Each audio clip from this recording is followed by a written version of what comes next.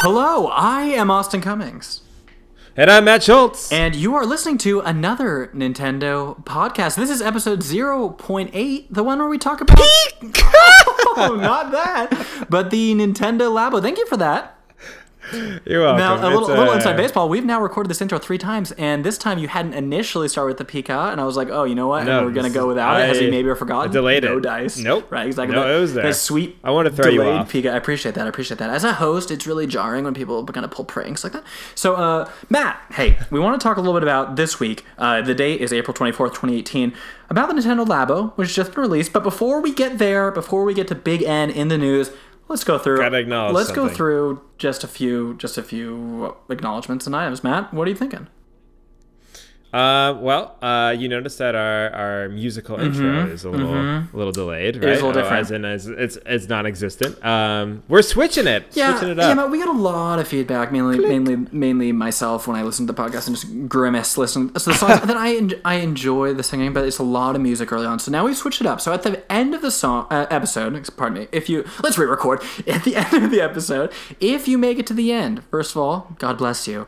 Second of all, thank you for your time. Please feel free to reach us on another Nintendo podcast at gmail.com or call us or text me. All your friends. Show up to dinner. It's typically about 6:30 p.m. Just kind of hang out for a while because you've really done me a great solid. I really appreciate that. But also that will be where we are placing the singing in the episode. So if you want that, which you probably don't, stay to the end. Just another reason to cut out early.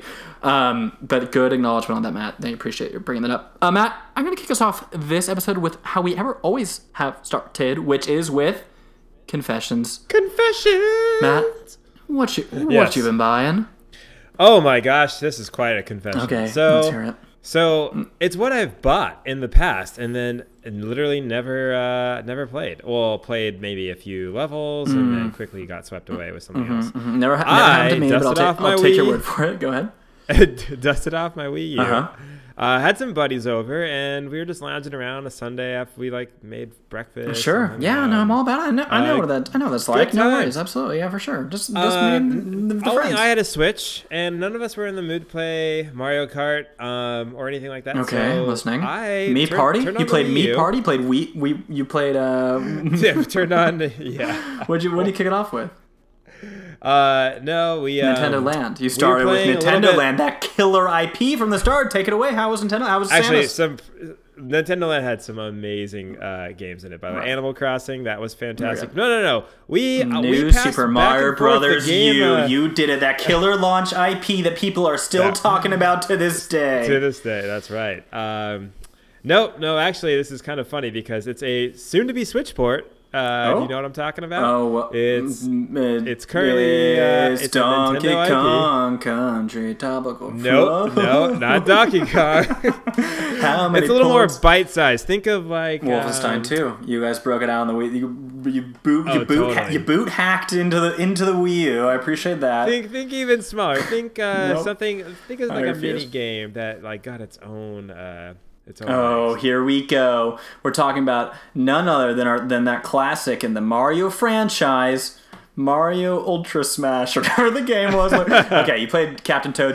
Captain Toad, yeah. Okay. So I dusted off Captain Toad. We passed back the gamepad, back and forth, and just kind of watched each other bust through levels, and it was super fun. That's like a fascinating social experiment, even just kind of watching each other. What is it? It'd be like kind of in some degree like putting...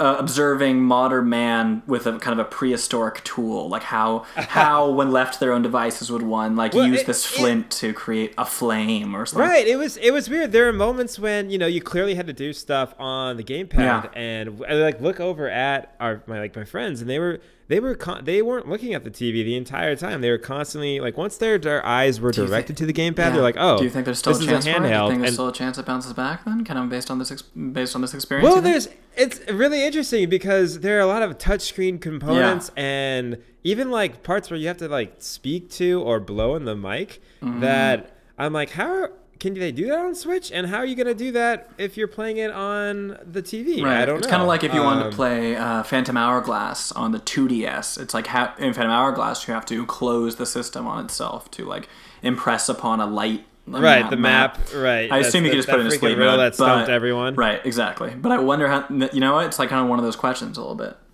Except for well, yeah. So there's so many parts to that were integral to being able to move around the map or change things, and I'm like really, really curious to see how they're going to do that. Yeah. In docked mode, but it was great. I played it and was like, wow, I really want to beat this, and I think it's a great game if you have a partner, a friend, girlfriend, whoever.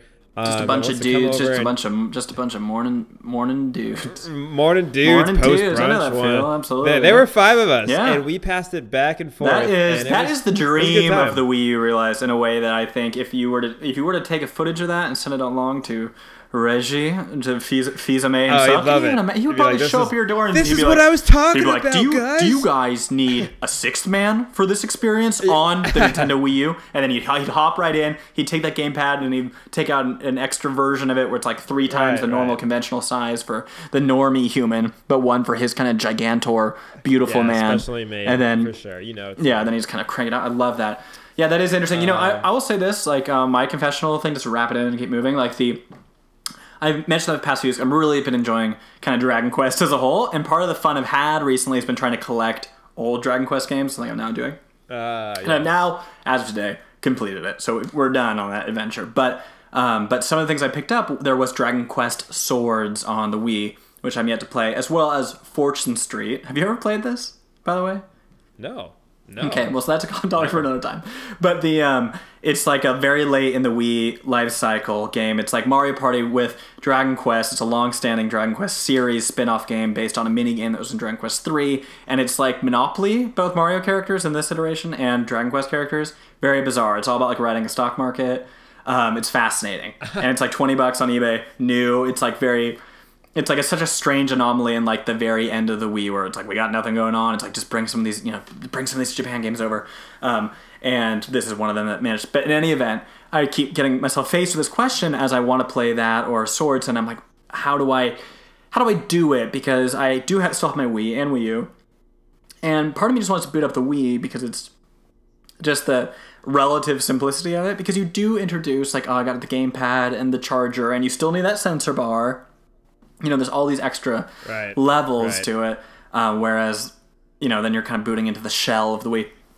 In any event, it is so fun always for me to like go back even a generation ago. I've been playing also some Dragon Quest games on the DS, not to go too much more into this, but like I've been playing those games on DSi. I have fun playing the things like on the original piece of hardware as much as, reasonably possible, opposed to playing it on 3DS. And it's just such a moment from yesteryear whenever you do that. Like for the DSi, playing Dragon Quest Joker, it's like I boot it up, and on the DSi, you can take photos. And so I have like all these old photos from when I brought it my freshman year into college. It came out when I was in senior year of high school at DSi. But all these photos from freshman year that I've like taken on there, or like I have some relatives even on there that are no longer with us because they're aged, and that was not it's not like tragic, but it's like still like a fascinating like blast from the past, going back for the photos especially, but also in the exactly, just booting up in the music. I logged on to the DSi shop briefly to try to get a Dragon Quest game. You cannot do that anymore. DSi shop is not alive, but you can get those games through the 3DS shop. But anyway. Oh god, that reminds me of just playing the AR face game on the 3DS. Face Raiders, of course, yes. Make no mistake. Face Raiders. We got a lot of Face Raiders fans in the audience, so sound off in the comments if you love Face Raiders. I'm talking you put your mom if in you there. Really want to blast from the past, go check out the faces that you probably randomly have saved. You're like, you just got your 3DS and you're like, this is great, and no one else has one yet, but you're like, can I get a picture of your face? And then you have that face on there forever. For me, it's like a bunch. It's like a bunch of residents from because Matt and I both have a shared RA experience at different colleges. But yes, it's like because I came out and I was in the dorms and I was an RA. It's like a bunch of rando residents who are like, I hope they're well, but I'm only talking to one of them anymore. But then like every time I open the 3DS, like it's one of the faces by default. It like pulls in. Is this like terrible like paper craft like half and half face of like some person I wrote up once for being too loud. Like it's just like a fascinating look back. But okay, very good long confessionals as always. Salvation. So what have you been playing? Well, so because we are, or like to call ourselves super average Nintendo Absolutely fans. I'm guilty. still playing SteamWorld Dig 2. Excellent. I'm pretty far into it. I have a ton of games on my like wanna buy list. I do, and I'm checking through them. But I gotta. Good for you for trying to finish, because this is what I'm running up Right. against. Although what I'm playing, I'm enjoying the Dragon Quest stuff. I just finished Dragon Quest 2. That's on iOS, but I will say big, and I said this the other week, but the ports on iOS are so good. You can play 1 through 6 and 8 on iOS and Android. Oh, that's cool. Really cool, and they have like all Square. That's what I think I alluded to in the past, but they have some like Final Fantasy 6 was brought to iOS, but it has like terrible washed out graphics, like HD art. But it's like you want those pixels in HD. You don't want like some new redrawn terrible like phone version of these classic beautiful sprite art. But they're preserved in the case of these Dragon Quest games on mobile. So they look like Nice. Super Nintendo games, the Dragon Quest games from NES and Famicom when they came to Super NES and Super Famicom. It's that art, and it runs so well. You would hope it would, but it's like easy to play. The interface works as turn-based. It's not twitchy, obviously. And so I just finished the second one actually earlier today, so I'm having a lot of fun with that. Also, not Nintendo, but I did start God of War, which I am enjoying. It is one of those games where I don't have a great love for the franchise necessarily. Not that I dislike it, but it just never grabbed me. What a cinematic experience! But it really is. Just even booting it up on my PS4 Pro. But it's just like in that moment of looking at it, it's just so. I do really appreciate, especially those tentpole PlayStation games right now, where it's like that and Horizon and Uncharted 4 and Lost Legacy and things of that nature. Where it's just like, the spectacle of that is really so fantastic. I'm not always grabbed by it mechanically, perhaps in the same, or certainly charmed by the same way a Nintendo product might, but it's like affecting and moving, and even the story is whatever. It's been well treaded out by other reviewers, but the story seems to be really gripping and well performed and exciting. Right. So had fun starting that as well. Those are my salvations of the week. But Matt, those are your salvation. This is hey, corrections for the week. So we don't necessarily have a big correction in that I'm sure we missed things, but we were less aware of it. We did maybe a little bit more research last time before the episode, so hopefully tried to navigate away from them.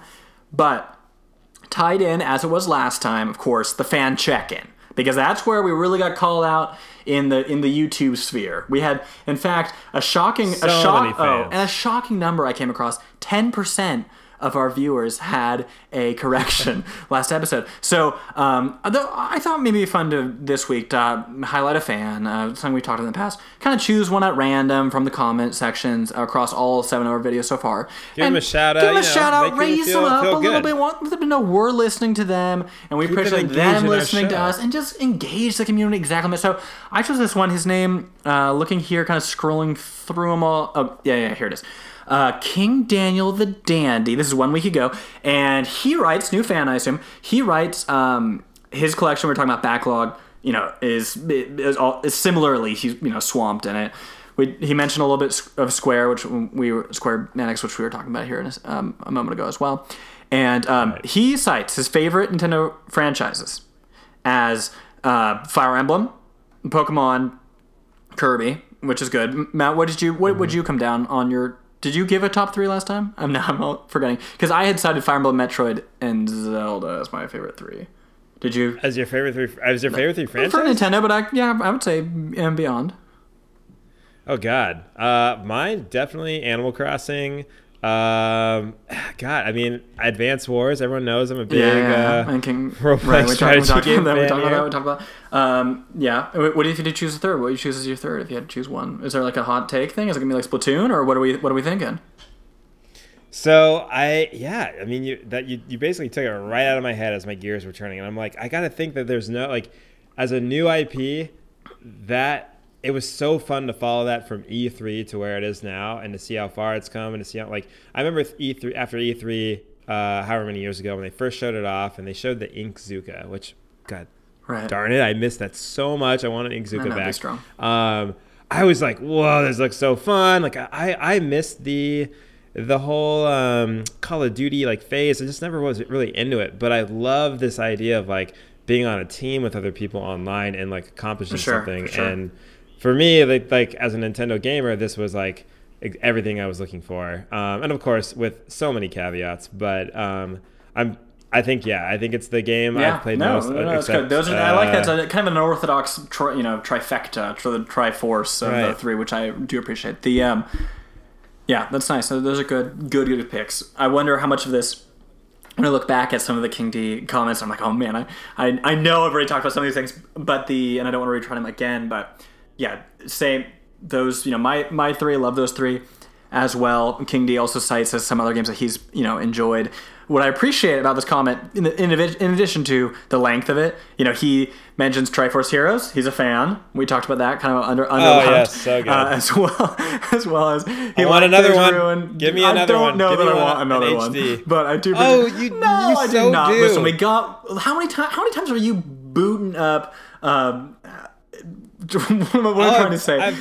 How many times are you booting up Four Swords Adventure or Four Swords proper? What about the remember there was like a DSi version and that was the anniversary of Four Swords. There was like a free. Yeah, that was very cool. They did that. I played the original Four. Yeah, because Four Swords, then Four Swords Adventure on GameCube, and then there's a DSi version, which was cool because DSi had the wireless communication. So it was like, oh, this is the way it should work the entire time. But it's just like Triforce Heroes. It's like the concept is so cool, but you're never gonna get a chance to really play this. Although then again, you are able to have 6-person Captain Toad handoff Wii U things apparently at the top of a hat. So and maybe all you different than mine. One friend, right? I just said you need one friend to join up with, and you could just let anyone else drop in, and that was great just to be able to talk to one other person, and then I know, but talking of course, passing people around, getting pissed off at people, and throwing them off a cliff. No, that is true. And that's been a tradition Nintendo certainly has carried forward. Every multiplayer game it feels is theirs. Is like, hey, don't worry, you got the option to rage against your buddy and toss him right off that ledge. Don't even sweat. That's like one of the few mechanics we've built in. Picking up friends, throwing them right off the cliff. Right.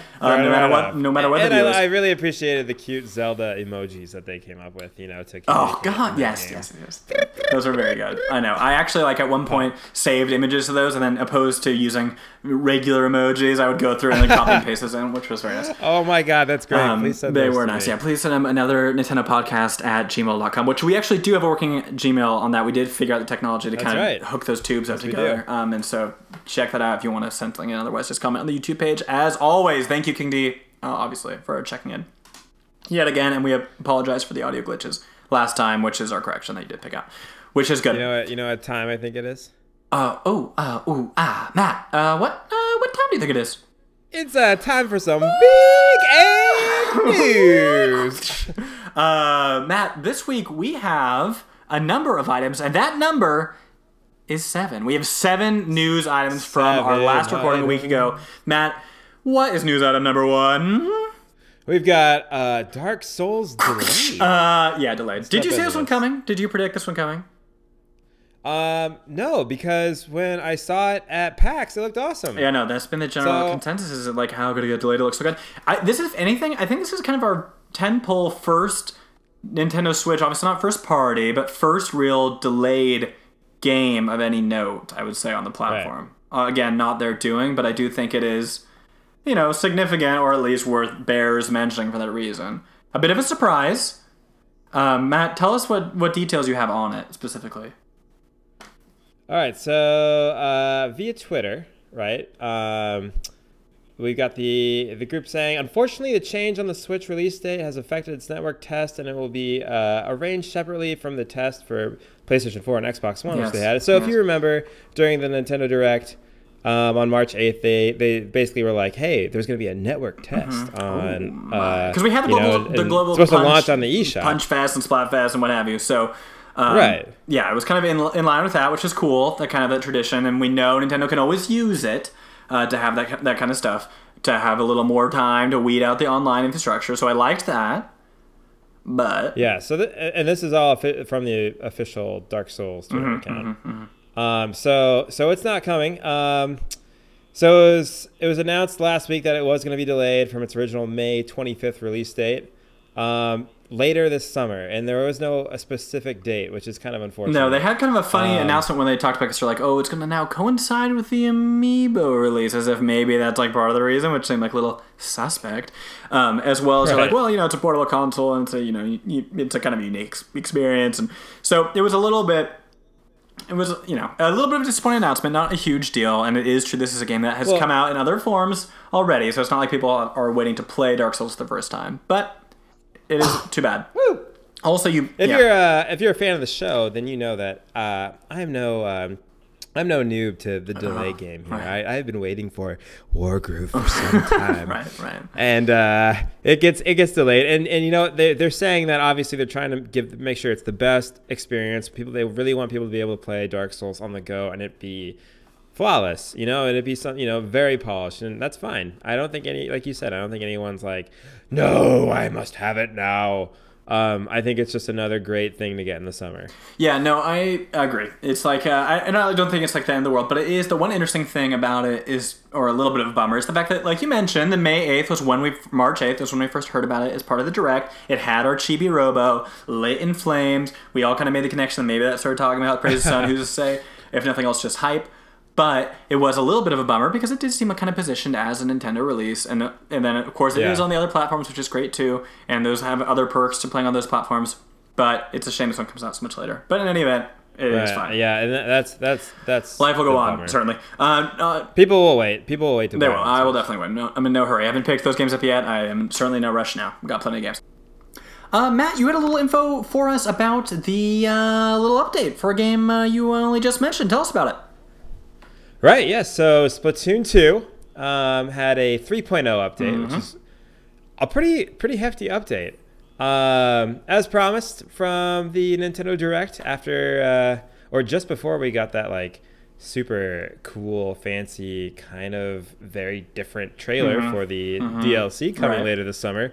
We got all this great information on 3.0, including X Rank, which is the like super challenging. Right, we'll be just in any minute now. I feel. Once we're getting those headshots, we got those. You do the roller, you got the you got the Brella out there, and you're blocking, you're swiping. I'm not very good. So I will never ever see this type of gameplay unless I stream it on Twitch and I encourage players who are listening to us average Nintendo fans playing this to go to those places to watch those people because. Right now, players who are S+, or S plus 10 in the current Splatoon rankings, they will automatically be bumped to the X rank after downloading this update. That is going to be a wild place to be, I tell you what. The X rank, it's very cool. Like, it is in some ways kind of a superficial change, or like, because in effect, it's the same as the max rank people now. It's kind of like the old Spinal Tap, of course, like, why don't you make 10 as loud as 11? It's like, oh, but it goes to 11. Like, the fact that X exists at all is like, it is cool and exciting. And it does add a level of longevity, even if it doesn't necessarily change the game. And for me, the way I see it is that it really spaces out the, like, it pulls those more competitive players even further from maybe some of the folks like us who are like B and A rank. Right. And I think that's great. Yeah. However, it's really interesting. So it's once a month, this whole thing resets. Right, so you might be just owning it in an X rank, and then like at the end of the month it resets. That is painful. I would say the only thing that I maybe think it's a little bit of a harsh refresh rate on that one is like when you compare it to something like, you have StarCraft or that's more in the moment right now, Overwatch. A lot of those games they operate on a bit of more of like a season, or even Fortnite. Things operate season to season, and so it's like you have like a level of ascension. That's in that set, but for the most part, those exist longer than a month. So it's like kind of a quick re-rank, or at the very least, something those games do well is you have like StarCraft, you will have more of like an overall rank, and then like more of a specific rank to either the match type or the season or type thing or what have you. So it's like you never feel like you're necessarily totally getting a clean slate. Like you still have your lineage of how things have been, your history or rep, but then specific. So. Yeah. They're saying that like after this month, right? So I don't know if you play the current Splatoon, you're in like an A rank. You got this little meter; it fills up. Sometimes it cracks as you sometimes up, all the time. Now, depending on the end of the month, depending on where you fall on that meter, they're saying that if you fall below a certain threshold, they'll rank you back down to S plus 9, and you have to get yourself back up to S plus 10 to get into that X rank again. And they're saying, quote, that this new system encourages players of all ranks to enjoy improving their play and maintaining their skills as opposed to simply focusing on ranking up. which I think is interesting. I think it's an interesting approach for Splatoon. Yeah, it is interesting. I mean, it would be cool if there were more rewards, and like you obviously get more XP gains as you play and have success and what have you. But correct me if I'm wrong, but there isn't like it's not like you can get like an X shirt. Is that correct? There isn't any specific rank based. I don't know. I'm sure maybe it's that would be neat. There's I guess 100 pieces of gear that are actually going to be in this update, and some of them are old or returning from the original Splatoon game, which is actually pretty cool. But who knows? There's definitely a bunch of new stuff, and that could. It would be neat if because I'm not under the impression that kind of thing exists at the moment, but it would be cool to have that type. That would at least incentivize you to be like, okay, well, I want to make sure at some point amongst the resets. That you hit that higher rank. Man, it just reminds me of Mario Kart. How I wanted that golden wheel. Oh, I got that golden wheel. That was like the last time I could ever say accurately, like, I'm using tilt controls. That was back on the Wii. I was so proud of that thing. And then I liked the motion controls for Mario Kart Wii. So come at me, y'all. That's the way I played that game, and I was very good with Funky Kong on the Flame Rider, and I'll never forget that combo. neither will the high level players in the circuit in which I rolled, which is myself and my neighbors. But I was very good. So there's only two other quick updates for this that I wanted to mention. A couple of stages are being dropped, including one of the old ones, Camp Triggerfish, which I actually really enjoyed. It kind of is like this, like it looks like a summer Boy Scout camp. You know, there's like wooden beams everywhere, and it's kind of course, it's floating over water, which is if you're a squid, you get splatted in. Right? Yeah, it's unorthodox, but it's just the way the world works. There's four additional weapons, and then the Squid Sisters. So Callie is actually back. Yeah, it's good to see. And you will see Callie in the outpost in the Octo Canyon. Yeah, so. That was it was a troubling story, a troubling time for Callie, and troubling time for me as a Callie fan and Amiibo enthusiast because it was like she had some darker spell in there, and it wasn't really her doing per se, but that the facts as they stood where she was on a side I found myself opposed to and had to kind of make it difficult. Hey, no spoilers here. No, and she it's a light spoiler. Okay. Well, I'm sure King D's played it, and there's no one else listening. So, but yes, it is cool that she's back and worked back in. Well, watch, it's a total spoiler for King D. King D's like, that's the one game I was waiting on to play everything else, but that narrative experience. Something that is cool, and there's a little off topic, but some people will share on the Reddit for Nintendo, like people especially of a younger age, emailing like customer support for Nintendo things. And I do remember back when the game launched, somebody emailing them feeling very distraught that that's the kind of the way in which the Squid Sisters had ended up after the first game and into the second game, and kind of where they're standing. I'm being vague now, retroactively trying to protect any type of spot, and but just kind of disheartened that there was that conflict, and Nintendo put like whoever had written back wrote a very sweet message about like, oh, you know what, like it's don't fret, not alluding to this DLC or anything, but just more of along the lines of like it's an exciting story and they're there for each other, and you can help them work together. But just I appreciate that little attention to detail. It's very Nintendo. It's very like the Nintendo customer support who probably fielded my calls for dozens of times back in 1998 when I was calling asking how to get Mew or whatnot. Like very patient and like giving a nice holistic approach back to the thing, which is very kind.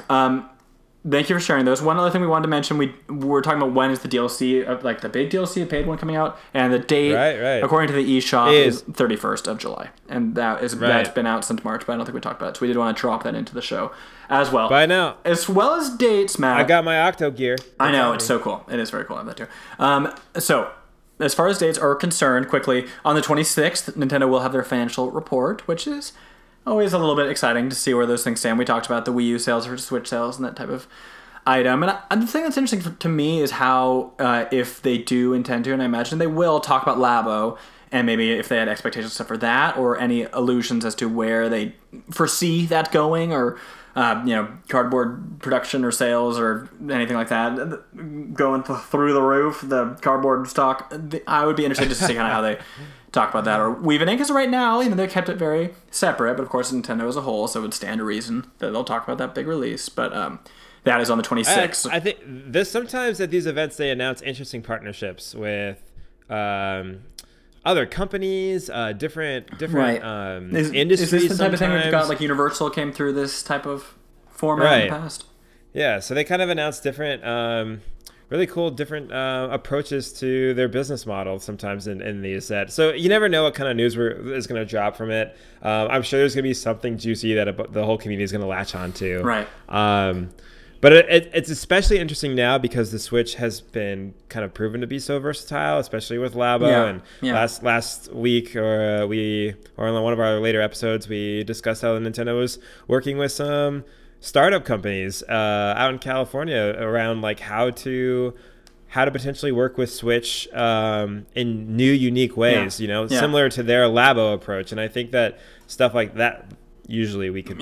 Sometimes we could find that out here, right? Tune in for it. It is exactly. And you know what? It kind of ties into our next two topics. Topics 4 and 5 are Nintendo. Sometimes it's not the best about remaining tight-lipped, or will say things that they think are, maybe no big deal, but everyone kind of examines it with a level of scrutiny. One of which item was a topic just from last week.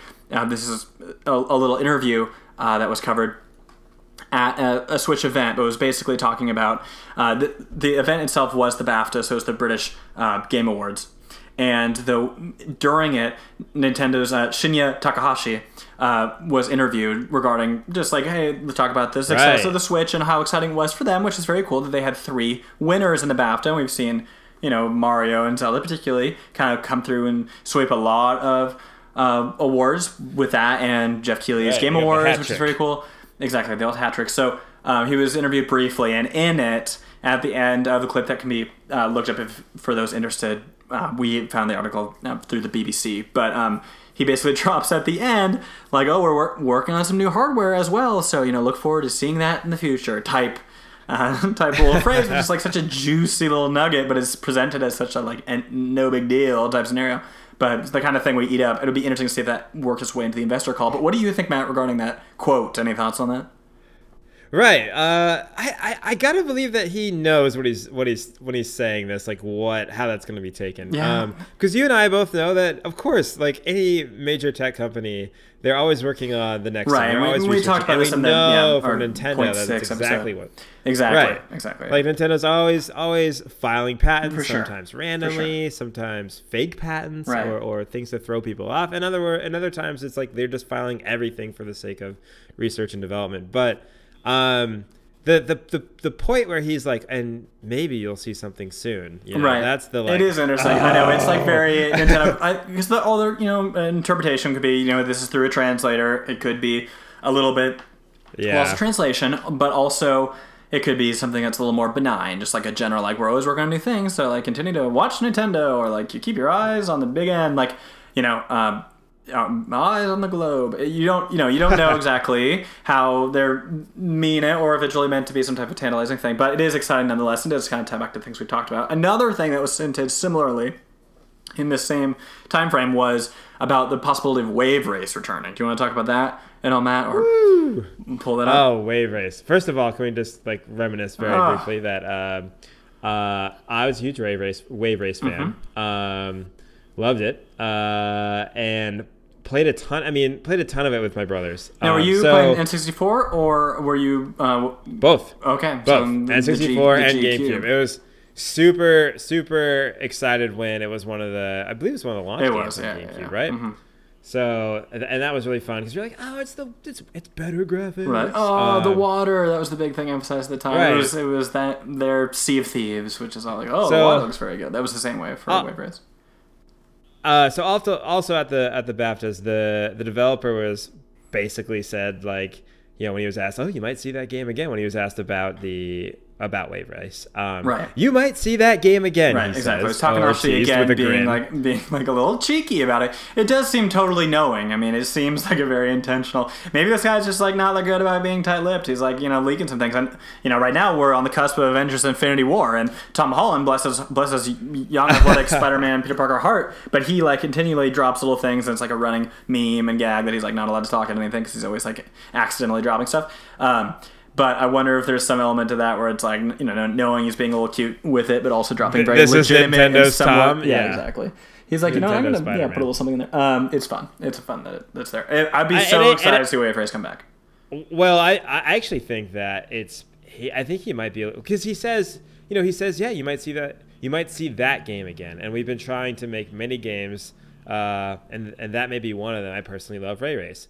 Yeah. And that's great, but I think that might be an allusion to like a virtual console type thing, or a virtual console, so GameCube resurgence of some of like that. You got to imagine if virtual console drops, right, and GameCube is there, which is the big like that's the thing everyone's been waiting for. It's nostalgic for it now. It's kind of coming right again. And then they drop a few of the same. Launch titles that we got on the GameCube. Yeah, that Luigi's Mansion original, which would be hard timing with 3DS, so it kind of, but also, Pikmin came out in December, 2001 then, and there was of course, Melee came out right around the same time period, so that would be very cool. It makes you think, like, it would be awesome for me to see an original one, of course, but partly because the Switch, love it, but the Mario Kart is so wonderful, but we don't really have a ton of great racing games, and they're so perfect for those multiplayer settings. And the Switch, of course, is not going to get us a Gran Turismo, we're not going to get a Forza. Those kind of more hardcore games, or even Forza Horizon, which has more arcade elements, are not going to make their way to the Switch. Right now we really have, fast racing, as well as we have, as well as Mario Kart. So it would be really great to see like another arcade racer, because I really love that genre, and it's so untouched. In the same way that like Metroidvania 10 years ago, or 10, 15 years ago, really there were no iterations on the Metroidvania genre, because like 2D is dead, no one's interested in it. And then it's come back in a big way. It'd be so fun to have that arcade racer come back in a similar way, because it's been such a great genre. I don't really have much of a love for racing in general, but always love those style of games. Any poor man's kart racer. There was Mario Kart, I'd still play some probably dreadful Disney thing that I was like totally into, or loved Crash Team Racing, which is good, but things like that. And I would love to have more stuff just kind of in the vein of silly race games, and Wave Race is a totally fun series to bring back. It'd be so great. Of course, F-Zero. To play that on the handheld. Right. So it'd be great. Super if exciting if it's true. Make another series. I'm saying we'll find out at E3. I think we'll find out. I can see that. If Wave Races come in, I think we find out in June. Yeah. Okay. Very good. Let's crank through these last couple. The first of which is some patents. Number 5. Patent number 5, which we have already talked about 5, I think. But number 6. Number 6. It's like the old Screw Attack list from that kind of thing. So number 6 is some patent news. So in the case of our Big N, we know they're always doing patents. There's no big news there. But as we might recall, before the NX came out, do you remember like the patents for like the controller that were like the very kind of oblong shaped thing with like one full screen? It was like kind of hideous, but then there was like all the fake mock-ups of people being like, I got one at my R&D place, and like here it is, and it's like this hideous looking. But Nintendo, like any company, pushes patents all the time, because if they have any type of idea they might want to develop later, they want to make sure they are all set for that. No one else is going to come get that patent and sit on it and initiate some type of litigation. So it's in the company's interest if they have any type of development to push us through the process. Companies like this push, as I understand it, many dozens of patents a year. But this is one that did surface, and I believe Digital Foundry covered it, so go check it out there if you want to go see an image of this particular patent. But it is funny, and the thing that's interesting about it is, so it's basically a touchscreen device that the way in which the patent describes it is as if you would place many touchscreens or multiple touchscreens together in a variety of positions, not unlike to some degree Labo, like being able to kind of have some type of directionality to the way in which these interface with one another, but kind of move items from screen to screen, kind of transport them around. Either that be this is something with an all touchscreen device, or aren't any tactile buttons listed on the patent images. But what is so cool about it, Matt, what made me want to talk about briefly, was we talked about a couple episodes ago the 3DS and the lack of that functionality on the Switch. And wouldn't it be neat, who's to say, but if this patent idea was something they worked into the Switch, because the way it looks now is like maybe it's a different device, because you just don't foresee the Switch being able to do this. Take an item from one person's Switch, touchscreen, swipe it onto someone else's. That is not a functionality that exists. That's really not a functionality we see on any modern touchscreen device at the moment. It would be a very Nintendo thing to do, but how cool would it be to have this type of functionality that perhaps the Switch is capable of, or with some type of accessory could do? Because we talked about the Street Pass and the lack of kind of meaningful connection with other people's devices. And with the release of Labo, and especially the IR sensor, it just shows the flexibility of the Joy-Con and the way they were able to use the light strips on the cardboard to have the feedback for the piano or things like that. What if it's not that foreign to get the Switch to operate in this type of way? We already have a multi-touch device. It doesn't really use touchscreen that often. How cool would it be to use the screen to do something like this. It would just be very exciting to see it in a piece of hardware we already own or something very similar. Exactly. And I think that is like, I believe that a lot of these patents are, I think Nintendo likes their formula right now. I think it's a winning formula, and I think they're thinking of ways to evolve the Switch. And this may be built into the Switch already, and we don't know it yet, or it could be coming, or it could be this could be Switch 2.0, a functionality of the next Switch, right? And these could all be tablets. What the images we're looking at, right, are like these very surface-like flat devices, right? And there's all these like really interesting fingers touching the different screens. It's kind of an abstract.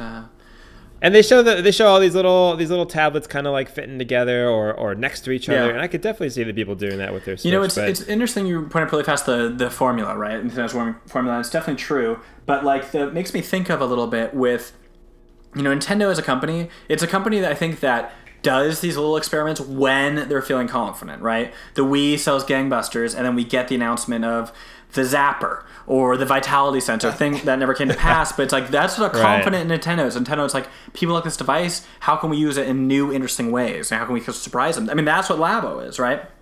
Same thing goes for... we got the balance board. Balance board for the Wii. You get the Game Boy camera for the original Game Boy, or the wireless connectivity for the Game Boy Advance. I mean, the e-reader for the Game Boy Advance. I mean, these crazy peripherals at kind of the height. When the thing is in the zeitgeist, I think then they feel like, oh, there's going to be...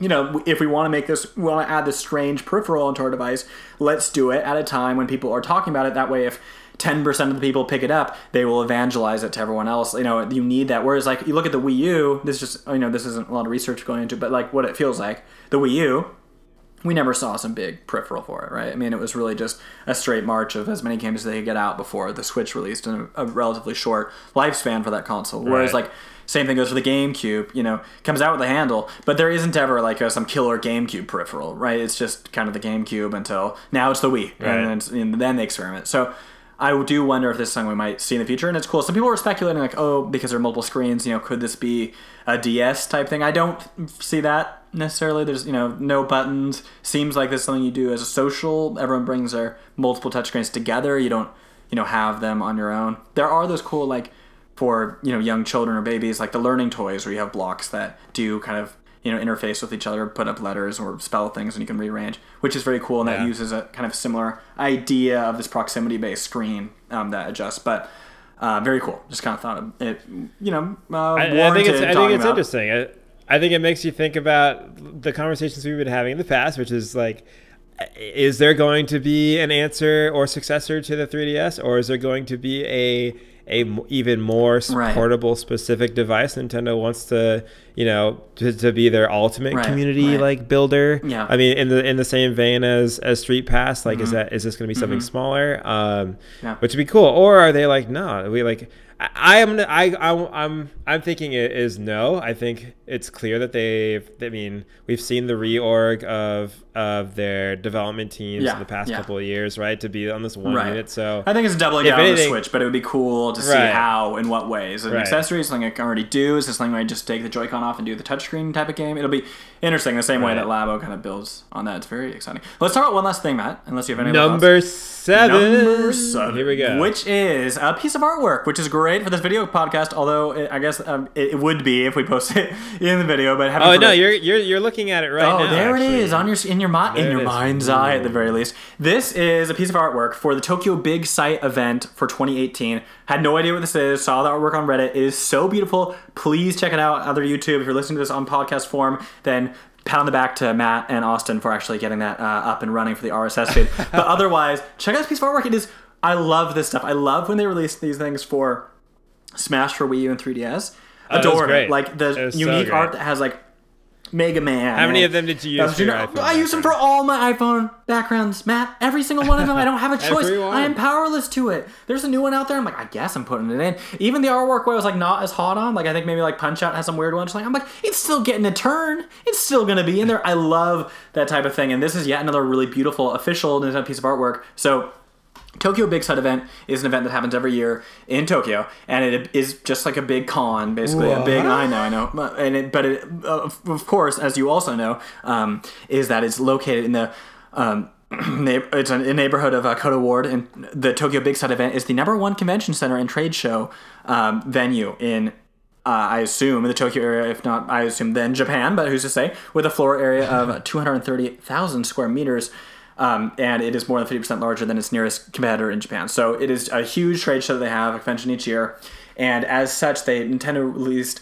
this piece of artwork that collects all of these Nintendo characters on it, and it is beautiful. I love the comments on Reddit that are all like the very top one in before. This is the confirmed Smash roster for Smash 5 or Smash for Switch, but the artwork of it is really a sight to behold. What are your thoughts on it, Matt?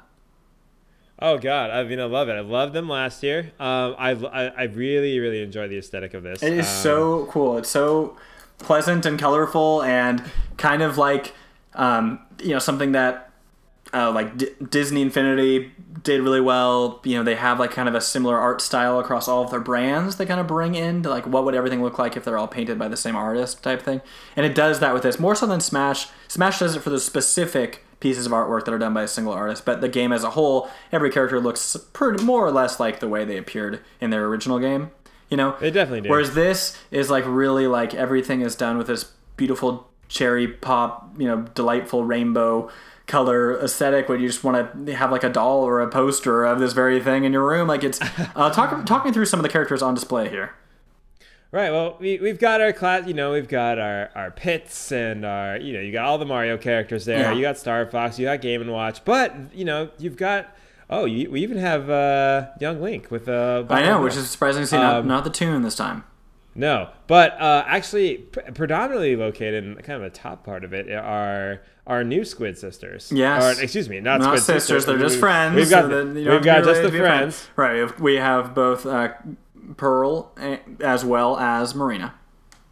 Along with the Squid Sisters just to the right of them. Mm-hmm. So Callie and Maria are up there actually holding one of those things. I don't know what they are called. The little bald dudes, they're like naked. And they're holding Mr. Saturn from Earthbound, Mr. Saturn. Oh, okay. Yes. It kind of looks like Crumb from All Real Monsters. No, yeah, good ref, and it does totally look like. But he's holding his eyes, is he not? Right, he is. He's got armpits, but yeah, I love it. It says Earthbound art with Ness in the corner. You got a couple other characters. You have things interfacing or like engaging with each other a little bit, which is really neat to see. Like in the bottom left corner, there's Captain Olimar and the Wii Fit trainer, and they're doing yoga with the Pikmin. It's so awesome, and it even looks like Ashley from WarioWare is like balancing almost or levitating right above the arm in this perfect parallel with the trainer. It's so cool to have all these things going on. It's really neat to see. Plus, you have the Pokemon characters, in the middle, which is always fun since right-wise they're not always exactly. A couple of female Pokemon human characters. So yeah, you do. You have the female protagonist from Sun and Moon, and as well as Nebby, which is the name of the Cosmog character, which is right next to her, which is a kind of a pivotal plot character to the game. Sun and Moon had more of a narrative than previous Pokemon games have, and that's emphasized there. So that's really cool to see. You have Alola and Raichu. It's just a really beautiful amalgam of these characters, many of whom it would just be so neat to see make it. My favorite part about this is the Pikachu on Link, because that itself is like, it's amazing. That is great, and that should really be an amiibo functionality. It should just be an amiibo it can own. You should be able to get Pikachu to assist you along with Wolf Link. But no, it's not that. I think I have two things here. One, we've got very few Fire Emblem characters. Oh, that is so rude. I knew you were going to say I was looking at this earlier, like, I'm not going to make a comment of the Fire Emblem girls. I know, we really have a dearth. So you have of Marth, and you have male and female Robin, but besides that, you don't have any other characters, which is very rude. I do appreciate the fact that it's like maybe they're not like overbearing, but now we have just a million Splatoon characters. I mean, I like it too, but love it. I know. But we also have Isabelle from Animal Crossing, and I just want to see her kick Pika. I know. I just want to see her. Yeah, it's very true. I know. Like, now, even though we do have fewer Fire Emblem characters, we are still left with 3 Kid Icarus characters. And I know King D didn't mind the controls for it, but I am not a big fan of Kid Icarus Uprising, even though I wanted so badly to love it. I just could not. I physically could not. But it is cool to see Palutena and then Pit as well as Dark Pit. Not that he needs to return to the next game, but next Smash. But Yeah, so cool. So much going on. Now, the characters that are missing, Matt, they do kind of reflect a little bit of where we've always felt has been the case for Japan and Nintendo's relationship. Because, for instance, there's no Metroid anything. So Samus is not here. She has not returned. Right. She has left again on a new mission. And that's never been a hot seller. It's not a hot seller in Japan. And it's not there. The ARMS characters are there, which is cool. Love it. But the kind of the poster Ribbon Girl, of the ARMS characters. Exactly. Spring Man and Ribbon Girl, right? Yes. Which is actually really sad because I think that's what's going to happen to them. I know, but I do love their. But I really do like their design, honestly, more than a lot of the other characters. I think. True, but there's just I think there's a lot of fans out there of certain characters in that game, and it's unfortunate because we're not. I think maybe it'll be skins. Yeah, I think they'll be good for a trophy. You'll get a whatever Kid Cobra trophy or whomever. But right. But yes, I know what you mean. I'm sure there are a lot of people out there who want to see certain characters that aren't going to come back, and the characters designs are cool as a whole. I don't think Nintendo wants you enjoying these characters more in Smash than you are in the actual.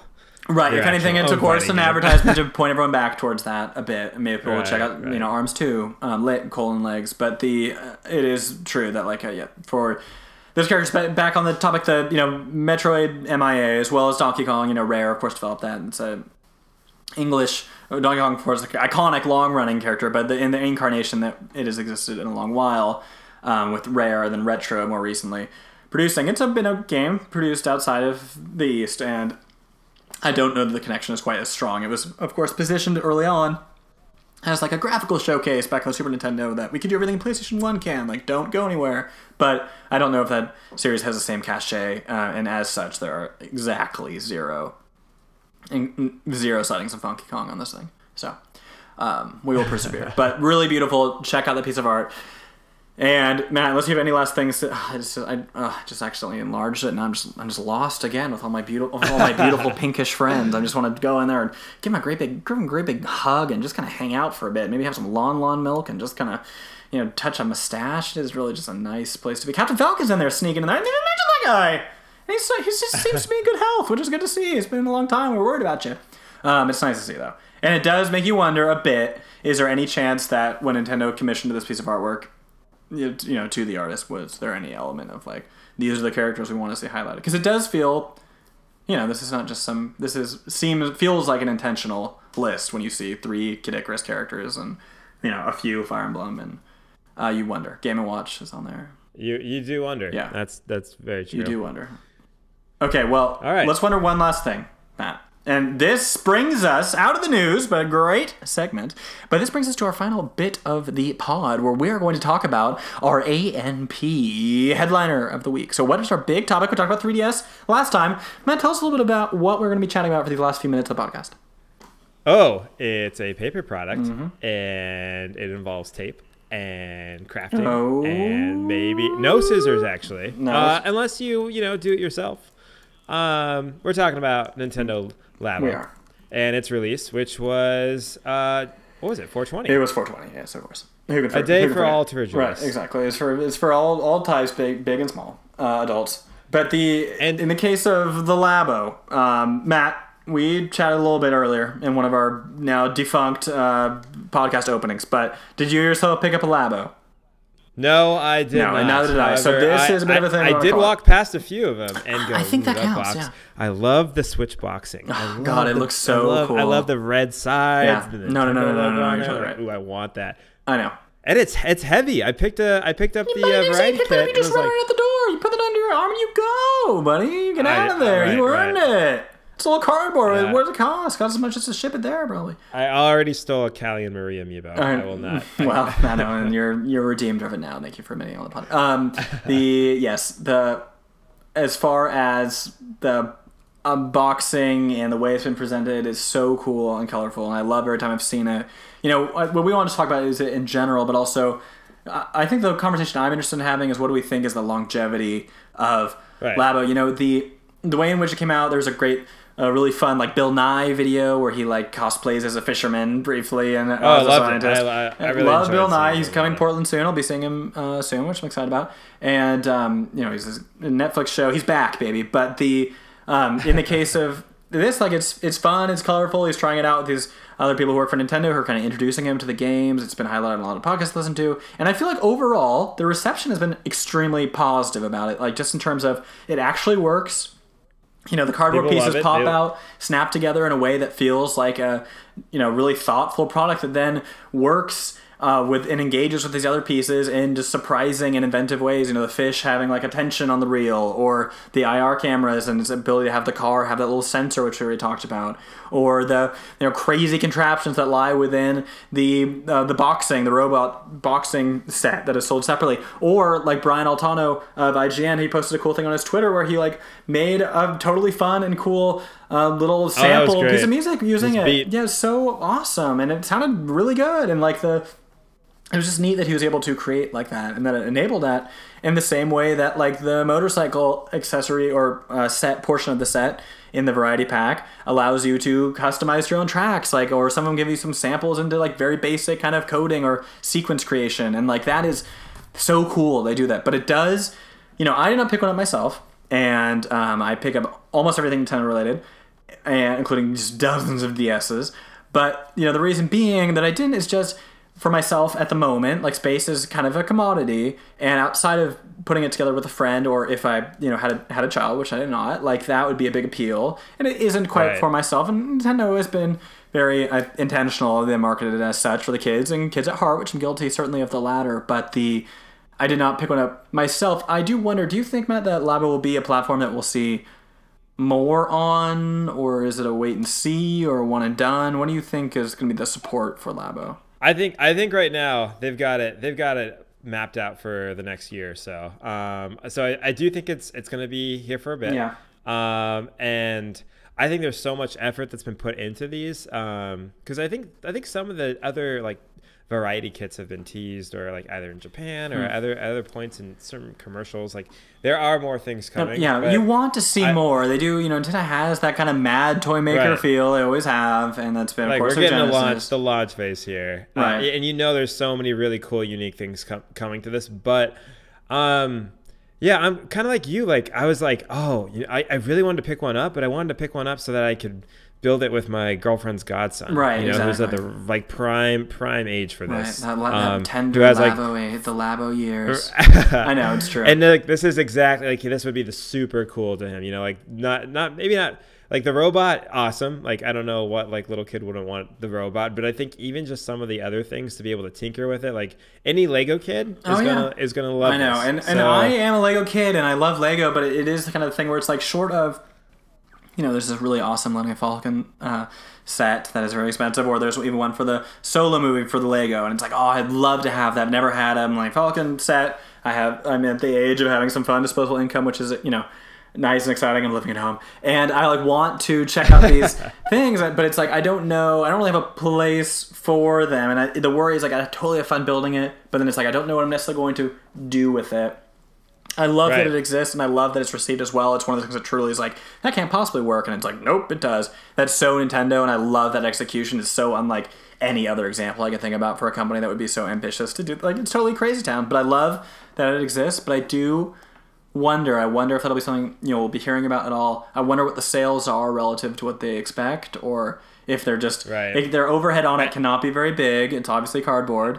Like, I think this is very much. I think it's going to be similar to, like we had mentioned earlier, the balance board. I think that like the Wii Fit. Now, is it going to be Wii Fit madness? Mm-hmm. Probably not. But I think it's. Now, let me tell you a thing. I worked at a GameStop back when the Wii Fit came out, and that thing was hot. And not only were people like lining up to get in the store when we had it, but we had like the rubber grip for it. People would buy a couple of those. You don't want to get them too dirty when you're definitely going to be exercising on it. Like Yeah, I do. But I think this is what we're gonna see is we're gonna see people. It's it's gonna be word of mouth. Oh, I tried this at this place. This person's or this was at this kid's birthday. Exactly, party. The birthday party thing I think is perfect it. for it. It's that type of thing. But here's the thing. Nintendo's gonna start dropping cardboard box versions of the Master Sword and this thing and that thing. From I know. What if there were like Nintendo something franchise. on the caliber of the Link's crossbow training, but it's like put the crossbow together yourself, like, or you put together a Hylian shield. shield, and there's like the fun accessory pack for the Toy-Con, you know, where you're gonna then color it in and like make the shield yourself, and then it's like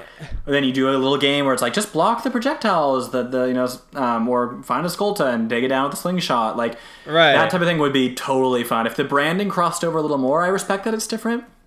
But it would be neat to have, like, if there were that, I'd probably check it out. I think this is just their appetizer, you know? I think they want Labo to be branded a little differently right now, but I think that they're going to, I think they have to dip into that. Like, they got to dip into that nostalgia. I think you have to, because I think that would be enough to get something like me into it, and then you know, have a family friend over or something, or you show it to someone, and you're like, yo, check this out, and then they think like, oh, like, my kid wants a Switch, and they... You know, they're of that age, but we don't want them necessarily playing video games all the time. And then it's like, oh, this they can create with it. They can learn a little something. I think it's probably we could play an old Duck Hunt arcade game with but we build our two little blasters. Exactly. You build that dog, and you just build him, and you just find, and then you can vibrate him, and he's like, so you don't laugh at me anymore, buddy. And you show what's up. That's the dream realized. I really think that's the direction I think we're going to see some of this go. And we're still going to see like the very unique programming behind, like the doll houses and the other things. We're still going to see those fun things. Sure. I think that's a great... I'll be honest though. Okay, so real quick question. If you could pick any of the variety pack, like just one thing, like of the variety pack, what would you want? This is an interesting question. I would say the thing that looks most interesting to me is the...